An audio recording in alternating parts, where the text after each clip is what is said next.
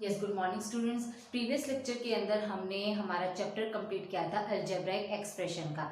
आज हम हमारा नेक्स्ट चैप्टर स्टार्ट कर रहे हैं। नेक्स्ट चैप्टर का नाम है linear equation in one variable. तो पहले हम इस चैप्टर का नाम क्लियर करेंगे कि इस चैप्टर के अंदर है क्या, इस चैप्टर का मीनिंग क्या है, इसके अंदर हम पढ़ेंगे क्या। तो हर एक चीज़ की डेफिनेशन जब तक हमारी क्लियर नहीं होगी तब तक हम ये चैप्टर को स्टार्ट नहीं कर पाएंगे। सो जो आपका चैप्टर का नाम है वो है linear equation in one variable. इसमें आपके पास चार डिफरेंट चीजें आई है। लीनियर कि लीनियर होता क्या है, इक्वेशन वन, और उसके बाद आया आपके पास वेरिएबल।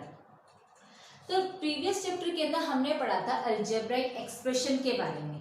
एक्सप्रेशन जो आपका वेरिएबल से, कांस्टेंट से एंड ऑपरेशन से मिलकर के बनता है वो है आपका अलजेब्राइक एक्सप्रेशन। फॉर एग्जांपल के लिए अगर मैं ये लिख देती हूँ 2x + 5, क्लियर।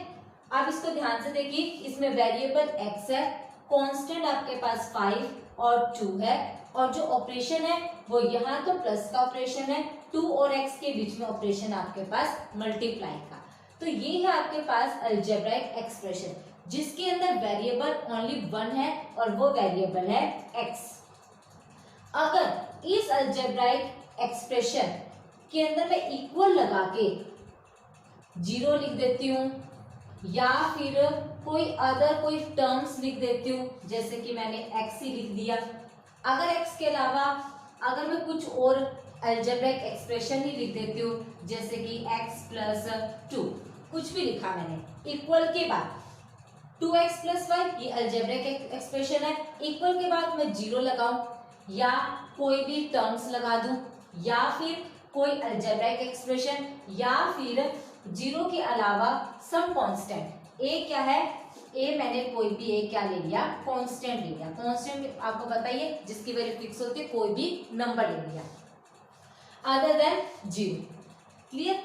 सो जब आपके पास इक्वल के बाद, इक्वल से पहले भी अलजेब्राइक एक्सप्रेशन है, इक्वल के बाद 0 आ जाए, कोई टर्म आ जाए, कोई सिंपल वेरिएबल आ जाए, कोई कांस्टेंट आ जाए या कोई अलजेब्राइक एक्सप्रेशन आ जाए, इक्वल के लेफ्ट साइड में भी कुछ हो और इक्वल के राइट साइड के अंदर भी कुछ हो, तब हम उसे बोलेंगे कि वो क्या हो जाएगी, आपकी इक्वेशन।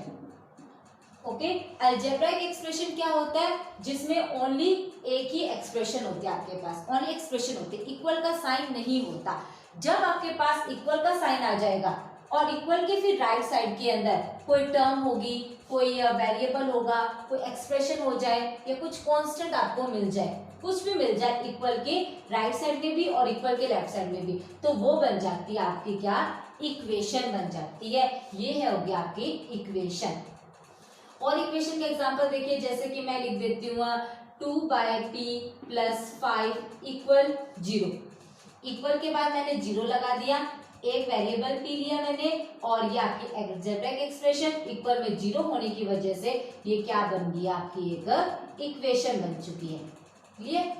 अब जो आपका चैप्टर का नाम है उसके अंदर एक नाम है लीनियर। लीनियर का क्या मीनिंग होता है, लीनियर का मीनिंग होता है कि algebraic expression, algebraic equation, equation की बात करेंगे, अब एक्सप्रेशन की बात नहीं करेंगे, इक्वेशन की बात करेंगे। जब इक्वल में कुछ आ गया means that is the equation, equation की बात करेंगे। किसी भी अलजेब्राइक इक्वेशन के अंदर जो वेरिएबल है, अगर वेरिएबल के ऊपर कोई पावर नहीं है, कोई पावर नहीं मीन्स या पावर 1 हो सकती है, 1 के अलावा अगर कोई और पावर नहीं है तो उसको हम बोलते हैं लीनियर। जैसे कि फर्स्ट है 2x + 5 = 0 मैंने लिया, तो इसमें देखिए वेरिएबल क्या है, x, x की पावर क्या है 1, कोई और पावर नहीं है 1 के अलावा, तो this is a linear.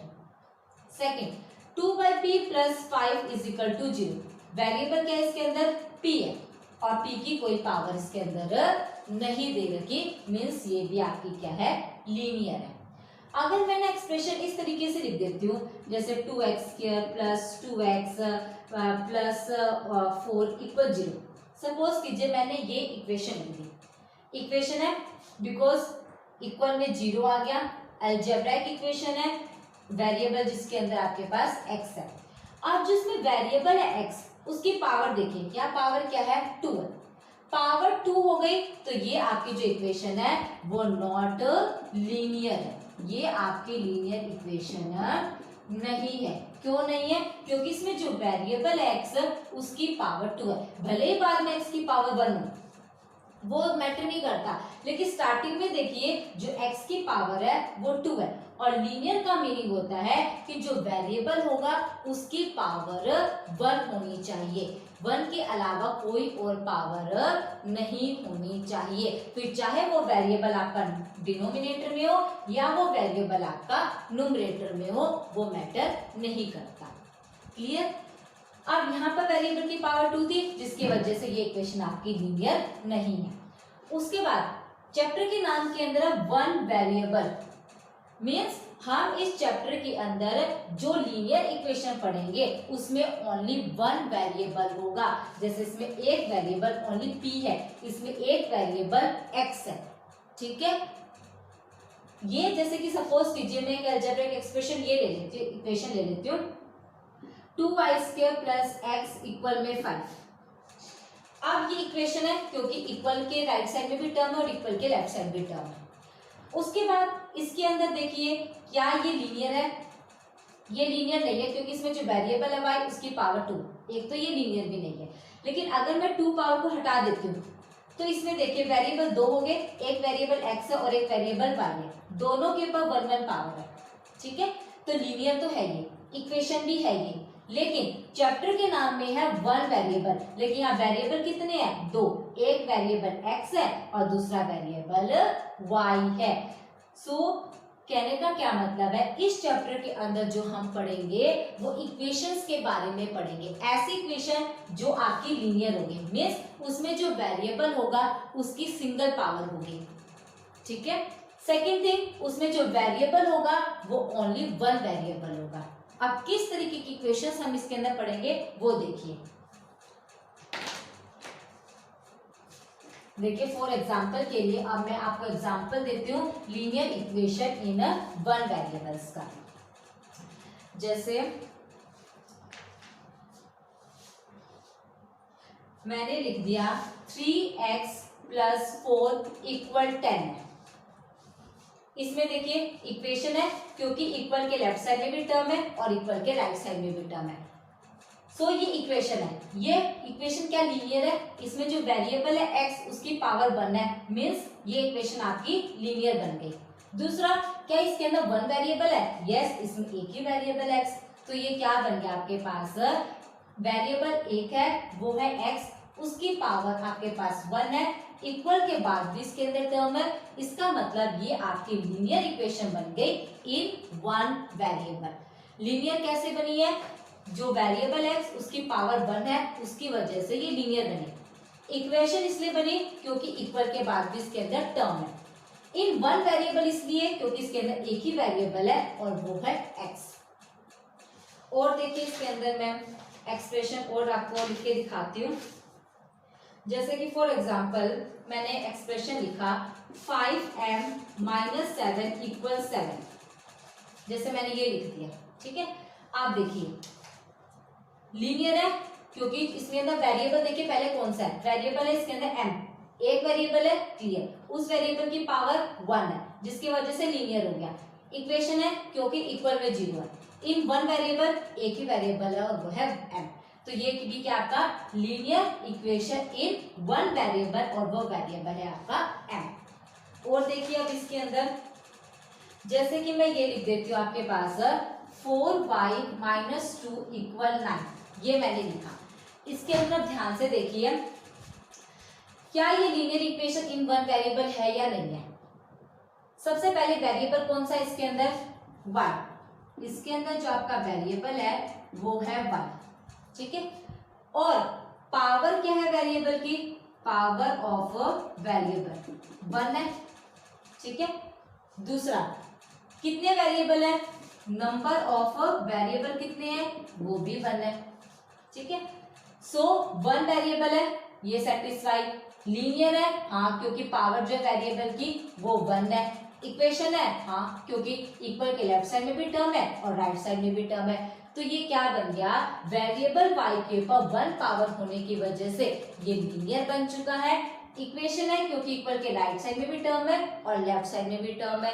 In one variable इसलिए क्योंकि इसमें एक ही वेरिएबल है और वो वेरिएबल है आपका y। क्लियर? तो इस चैप्टर के अंदर हम इस तरीके की इक्वेशन के बारे में पढ़ेंगे, जो इक्वेशन आपकी linear equation in one variable. Clear? अब हम इसका असाइनमेंट 1 स्टार्ट कर रहे हैं। उस असाइनमेंट 1 के हम कुछ सम्स करेंगे। इसका सबसे पहले आपके पास आता है सम नंबर 3 हम करेंगे। सम नंबर 3 के अंदर write the equation corresponding to the following statement. आपके पास स्टेटमेंट गिवन है, उस स्टेटमेंट को पढ़ के हम इस तरीके की इक्वेशंस बनाएंगे, लीनियर इक्वेशन बनाएंगे इन वन वेरिएबल स्टेटमेंट को पढ़ के। तो देखिए कैसे करेंगे सम को। ये स्टूडेंट देखिए sum number 3, write the equation corresponding to the following statement. इस स्टेटमेंट को पढ़ के हमें हमारी इक्वेशन बनानी है और वो इक्वेशन कैसी बनेगी, लीनियर बनेगी और इन वन वेरिएबल के अंदर बनेगी। सो मैंने इसके 3 के 2 पार्ट नोट किए, पार्ट फर्स्ट और पार्ट 4। तो पार्ट फर्स्ट का सबसे पहले सॉल्यूशन देखिए कैसे करेंगे। एक एक वर्ड को इसमें पढ़ते जाना है और लिखते जाना है। सबसे पहला वर्ड आया है टू, तो ये लगा दीजिए 2। उसके बाद वर्ड आया आपके पास टाइम्स। टाइम्स का मतलब होता है मल्टीप्लाई। उसके बाद आया है a number P. Number P ये हो गया आपका नंबर पी। उसके बाद आया डिक्रीज। डिक्रीज का मतलब होता है कम होना। कम होना का मतलब मैथ्स के अंदर होता है माइनस बाय 5, ये 5। उसके बाद आया गिव्स। गिव्स का मतलब होता है इक्वल। क्या देते हैं आपके पास 8, ये लिख दिया मैंने 8। ध्यान से देखिए 2 times 2 as it is. Times का मतलब होता है मल्टीप्लाई। 2 टाइम्स करना है किसका, किसी का तो करना होगा 2 टाइम्स, मतलब किसी को तो 2 के साथ मल्टीप्लाई करना होगा। किसको, अ नंबर p, उस नंबर p को मल्टीप्लाई करना है। फिर डिक्रीज। डिक्रीज का मतलब कम होना। कम होने का मतलब होता है मैथ्स में माइनस। किससे डिक्रीज हो रहा है, बाय 5। 5 से कम हो रहा है तो 5 से कम कर दिया। गिव्स तो क्या आंसर आता है, क्या इक्वल में आता है, 8 आ जाता है। ठीक है, 2 times of a number p decrease by 5 gives 8। इस तरीके से बनाना है। तो 2 को p से मल्टीप्लाई करोगे क्या बनेगा, 2p माइनस 5 इक्वल बन गया आपके पास 8। इसी तरीके से इसका सॉल्यूशन देखिए। सबसे पहले 1/5। 1/5 का मतलब होता है इस तरीके से लिखना 1/5। ठीक है, of a number z। Of का मतलब मल्टीप्लाई होता है किसका, z का, ये मैंने लिख दिया z। व्हेन एडिड, एडिड है, एडिड का मतलब प्लस। किसके अंदर प्लस करना है, 2 के अंदर प्लस करना है। फिर आया गिव्स। गिव्स का मतलब इक्वल। क्या देता है, 15 देता है, ये मैंने लिख दिया 15। क्या कहता है ये, आप ऊपर के ऊपर मल्टीप्लाई कीजिए। 1 को z के बारे में कुछ नहीं है तो 1 लगा देते हैं। 1 को z से मल्टीप्लाई करेंगे z, 5 को 1 से करेंगे 5। ऊपर के ऊपर मल्टीप्लाई, नीचे के नीचे, +2 इक्वल बन गया आपका 15। इसको देखिए कैसे पढ़ेंगे, 1/5 of a number z when added to 2 gives 15। Clear? और इसको कैसे पढ़ेंगे, 2 times of a number p decrease by 5 gives 8। Gives का मतलब इक्वल। इक्वल के बाद इसमें 8 दे रखा था, इसके अंदर 15 दे रखा था। इसमें था 2 टाइम्स, 2 लिखा, टाइम्स का मतलब मल्टीप्लाई। किसके साथ मल्टीप्लाई करनी है, नंबर p के साथ। डिक्रीज का मतलब माइनस, किससे कम हो रहा है, 5 से। 5 से गिव्स का मतलब इक्वल 8 आ गया। सेम 1/5, 1/5, 1/5 का मतलब 1/5 of a number z। Of का मतलब मल्टीप्लाई, किसका, z का, तो z लगा दिया। व्हेन एडिड टू, एडिड का मतलब प्लस, किस में ऐड करना है, 2 के अंदर। फिर आया गिव्स। गिव्स का मतलब इक्वल, क्या देता है, 15 देता है। क्लियर? इस तरीके से आपने को स्टेटमेंट दे रखी है, आपने क्या बनाना, linear equation in one variable. Equal के बाद दोनों में टर्म्स है तो दोनों ही आपकी क्या इक्वेशन है। फर्स्ट में वेरिएबल p है जिसकी पावर 1 है, उसके वजह से ये लीनियर इक्वेशन है और 1 वेरिएबल के अंदर है। इसके अंदर वेरिएबल z है जिसकी पावर 1 है, उसके वजह से ये लीनियर है इक्वेशन है, क्योंकि इक्वल के राइट में भी टर्म है और लेफ्ट में भी टर्म है। दूसरा एक ही वेरिएबल है वो है z, so this is also your linear equation in 1 variable. Clear. अब इसका जो नेक्स्ट सम है ना, सम नंबर 4, उसके अंदर क्या है, आपके पास अपोजिट है।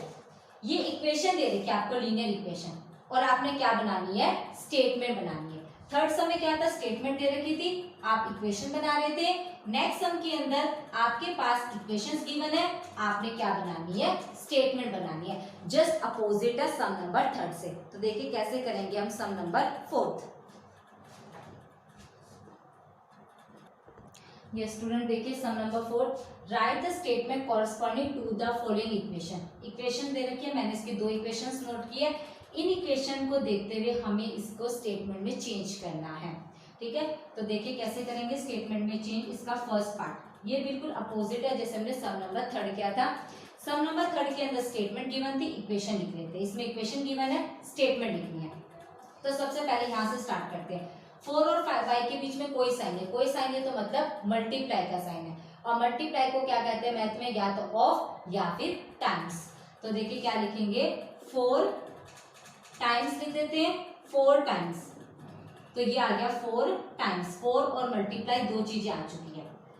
4 टाइम्स किसका 4 टाइम्स, अ नंबर, कौन सा नंबर है, y है, ये लिख दिया। इतना काम हो चुका अपना। 4 लिखा, मल्टीप्लाई था, मल्टीप्लाई का मतलब टाइम्स। किसका 4 टाइम करना है, किसी नंबर का करना होगा, और वो नंबर क्या आपके पास y। माइनस, माइनस का मतलब decrease. 4 times number y decrease. Minus का मतलब डिक्रीज, डिक्रीज मतलब कम करना, सब्ट्रैक्ट करना। किससे कम कर रहे हैं, 2 से, बाय 2। और इक्वल, इक्वल का मीनिंग गिव्स, क्या देता है हमें, 9 देता है। ठीक है, तो क्या लिखा हमने, 4 times a number y decreased bye 2 gives 9। Clear. अब उसी तरीके से हम इसकी भी स्टेटमेंट बनाते हैं। इसके स्टेटमेंट में क्या है, सबसे पहला है p/7, मतलब p डिवाइड हो रहा है 7 से। ठीक है, तो क्या लिखेंगे, p is divided by 7। p is divided by 7।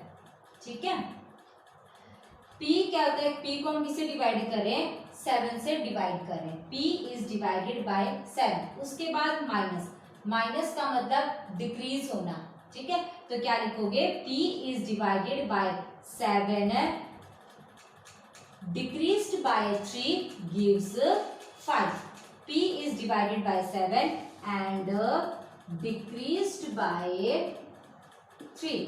3 से क्या हो रहा है, ये डिक्रीज हो रहा है, गिव्स, और क्या देता है हमें, 7 देता है, सॉरी 5 देता है, गिव्स 5।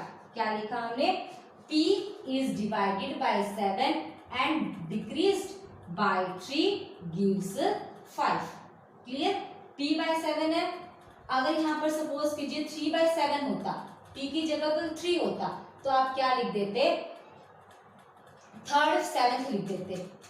क्या लिख देते, जैसे कि उसके अंदर हमने किया था ना, 1/5 था तो 1/5 लिखा था। इसको हम कैसे पढ़ रहे थे, 1/5 करके इसको पढ़ रहे थे। पढ़ रहे थे कि नहीं पढ़ रहे थे, पीछे वाले एक सम के अंदर हमने डिस्कस किया था। लेकिन यहाँ पर p है, p कोई एक वेरिएबल है, इसलिए मैंने इसको ऐसे लिखा, p इज डिवाइडेड बाय 7। अगर p वेरिएबल नहीं होता तो इसी तरीके से हम इसको लिखते जैसे हमने पीछे वाले सम के अंदर लिखा था। तो क्या है, p/7 means p is divided by 7 and decreased bye 3 gives 5। इसी तरीके से इसके बाकी के पार्ट्स हैं जिसमें लीनियर इक्वेशन है और आपको क्या बनानी है, स्टेटमेंट बनानी है। इसके बाद जो आपका नेक्स्ट सम आता है, सम नंबर 5, उसके अंदर क्या है कि एक आपके पास एक टेबल दे रखी है, उस टेबल के अंदर इक्वेशन दे रखी है और इक्वेशन है तो ऑब्वियस सी बात एक वेरिएबल होगा और उस वेरिएबल की वैल्यू दे रखी है। आपने क्या करना है, जैसे कि हमने पीछे वाले चैप्टर में जो हमारा लास्ट असाइनमेंट था जिसमें वेरिएबल की वैल्यू को एक्सप्रेशन में पुट करके एक्सप्रेशन की वैल्यू फाइंड आउट कर रहे थे, उसी तरीके से हम क्या करेंगे, अब वेरिएबल की वैल्यू को इक्वेशन के अंदर पुट करेंगे। फर्क बस इतना होगा, इक्वेशन में दो साइड होती है तो लेफ्ट साइड में अलग पुट करेंगे और राइट साइड के अंदर अलग पुट करेंगे। अगर लेफ्ट साइड का आंसर और राइट साइड का आंसर सेम आ जाता है तो हम बोलेंगे कि जो वेरिएबल की वैल्यू है वो क्या करे, गिवन इक्वेशन को सेटिस्फाई कर रही है, और अगर इक्वल नहीं आता तो वैल्यूज को सेटिस्फाई नहीं कर रही। तो देखिए एक सम हम इसका करते हैं, कैसे करेंगे, सम नंबर 5। यह स्टूडेंट इस तरीके से आपकी सम नंबर 5 के अंदर टेबल बना रखी है। सीरियल नंबर 5 कार्ड्स के या इक्वेशन दे रखा है। फर्स्ट इक्वेशन है जैसे 2x + 4 = 20, 5 - 3y = 1, इस तरीके से इक्वेशंस दे रखी है। फिर यहाँ पर वेरिएबल्स की वैल्यू दे रखी है। फिर यहाँ पर आपने लिखना है कि क्या वेरिएबल्स की वैल्यू गिवन इक्वेशन को सेटिस्फाई करती है या नहीं करती। तो अब देखिए मैं इसका दो पार्ट डिस्कस करूंगी, एक पार्ट फर्स्ट और एक पार्ट 5 डिस्कस करेंगे, और बाकी के पार्ट आपने खुद से डिस्कस करना है। सबसे पहले मैं उठा रही इसका फर्स्ट पार्ट। फर्स्ट पार्ट के अंदर है 2x + 4 = 20, दो साइड है, एक लेफ्ट हैंड साइड है और एक राइट हैंड साइड है। सबसे पहले हम क्या करेंगे, क्या लेंगे, लेफ्ट हैंड साइड ले लेंगे। लेफ्ट हैंड साइड क्या आपके पास 2x + 4 है, और इसमें वेरिएबल की वैल्यू क्या दे रखी है, x = 8। तो इसमें क्या करेंगे, पुट x = 8 हम क्या कर देंगे, पुट कर देंगे। तो पुट कीजिए 2, फिर 2 और x के बीच में कोई साइन नहीं है, कोई साइन नहीं है तो मतलब मल्टीप्लाई का साइन है। x की वैल्यू 8 पुट कर दिया, प्लस में 4। अब ये देखिए किसके इक्वल आता है, 2 8 जा 16, 16 + 4 क्या बन गया आपके पास, 20 बन चुका है। और राइट हैंड साइड के अंदर भी क्या आपके पास 20 है। क्या लिखोगे, taking right hand side. Right hand side के अंदर क्या आपके पास 20 है। लेफ्ट हैंड साइड से को सॉल्व किया 20 आया, राइट हैंड साइड के अंदर ऑलरेडी क्या है 20, तो क्या लिखोगे, हेंस लेफ्ट हैंड साइड किसके इक्वल आ गया आपके पास, राइट हैंड साइड के। तो क्या लिखोगे, इट इंप्लाइज x इक्वल जो 8 दे रखा आपको वो क्या कर रहा है, satisfies the given equation. Given equation को क्या कर रहा है, सेटिस्फाई कर रहा है। दो साइड थे, एक लेफ्ट हैंड साइड और एक right hand side. Right hand side में तो 20 दे रखा है, कुछ सॉल्व करने की जरूरत नहीं है। लेफ्ट हैंड साइड में 2x + 8 है, और वेरिएबल की वैल्यू के अंदर x की वैल्यू आपको 8 दे रखी है, तो हमने x की वैल्यू को 8 पुट किया। 2 और x के बीच में कोई साइन है, कोई साइन नहीं तो मल्टीप्लाई का साइन है। x की value 8 plus as it is 4 as it is, 2 8 16 plus as it is 4 as it is, 16 + 4 20। Left hand side को सॉल्व किया 20 आया, राइट हैंड साइड में ऑलरेडी 20 है, इसका मतलब लेफ्ट हैंड साइड और राइट हैंड साइड क्या होगी, इक्वल आगे। जैसे लेफ्ट हैंड साइड और राइट हैंड साइड इक्वल आएंगे इसका मतलब क्या है कि जो वैल्यू वेरिएबल की वैल्यू दे रखी है x = 8 satisfy the given equation. और आप इस टेबल में लिख दोगे कि आपका आंसर क्या आया है, यस आया या फिर नो, यस, बिकॉज वेरिएबल की वैल्यू गिवन इक्वेशन को सेटिस्फाई कर रही है। क्लियर। अगर लेफ्ट हैंड साइड और राइट हैंड साइड का आंसर इक्वल नहीं आता तो आप लिखोगे नो। क्लियर। ये था इसका फर्स्ट पार्ट। इसी तरीके से अब हम करेंगे इसका पार्ट 5। ठीक है, पार्ट 5 को मैं एक बार यहाँ सॉल्व कर रही हूँ। पार्ट 5 को सॉल्व करने के लिए मैं थोड़ा सा इसको क्या करते हैं, रब कर रहे हैं। ओके, ये टेबल डिस्कस कर रहे हैं, इस टेबल का हम डिस्कस करें पार्ट 5। पार्ट 5 है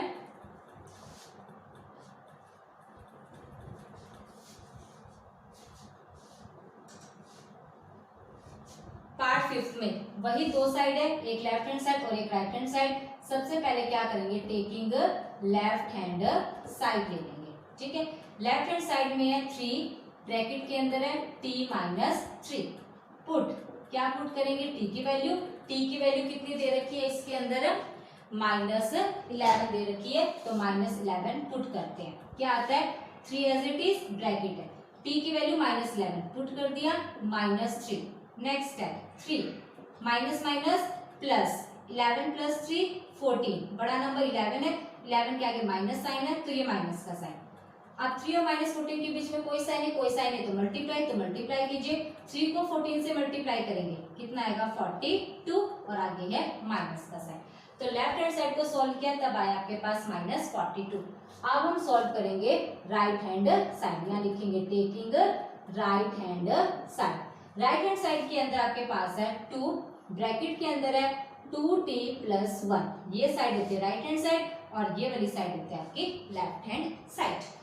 सो अगेन पुट करेंगे, t इक्वल कितना है -11, तो कीजिए पुट, क्या आएगा 2, ब्रैकेट के अंदर 2, t की वैल्यू -11, ब्रैकेट के अंदर पुट किया, प्लस में 1, नेक्स्ट है 2 और -11 के बीच में कोई साइन है तो मल्टीप्लाई का साइन है, 2 और -11 की मल्टीप्लाई करेंगे -22 + 1, उसके बाद आएगा 2, माइनस प्लस माइनस, 22 - 1 21, बड़ा नंबर क्या है 22, उसके आगे साइन है माइनस का तो ये माइनस का साइन।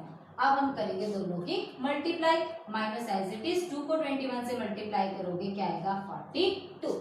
लेफ्ट हैंड साइड के अंदर भी -42 और राइट हैंड साइड के अंदर भी -42, इसका मतलब है लेफ्ट हैंड साइड किसके इक्वल आ गया आपका राइट हैंड साइड के। तो क्या लिखोगे, hence left hand side equal right hand side. It implies, क्या लिखोगे, t इक्वल -11 है, वो क्या कर रहा है सेटिस्फाई करता है, satisfies the given equation, given equation को क्या कर रहा है सेटिस्फाई कर रहा है।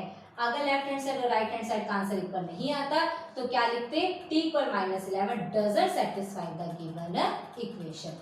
और बॉक्स के अंदर क्या लिख दोगे, अब सेटिस्फाई कर रहा है क्योंकि लेफ्ट हैंड साइड का आंसर राइट हैंड साइड के आंसर के इक्वल आया, it means t equal -11 satisfy कर रहा है गिवन इक्वेशन को, तो आप अपने उस टेबल के अंदर क्या लिखोगे, यस। क्लियर। तो फिफ्थ सम के सारे पार्ट ऐसे ही करने हैं और सेम है आपका सम नंबर 6 भी, बिल्कुल फिफ्थ की तरह ही है। तो आज आपने इसका कंप्लीट करना है सम number 3rd, 4th, 5th and 6th। बाकी हम करेंगे इसका नेक्स्ट लेक्चर के अंदर। Okay, thanks.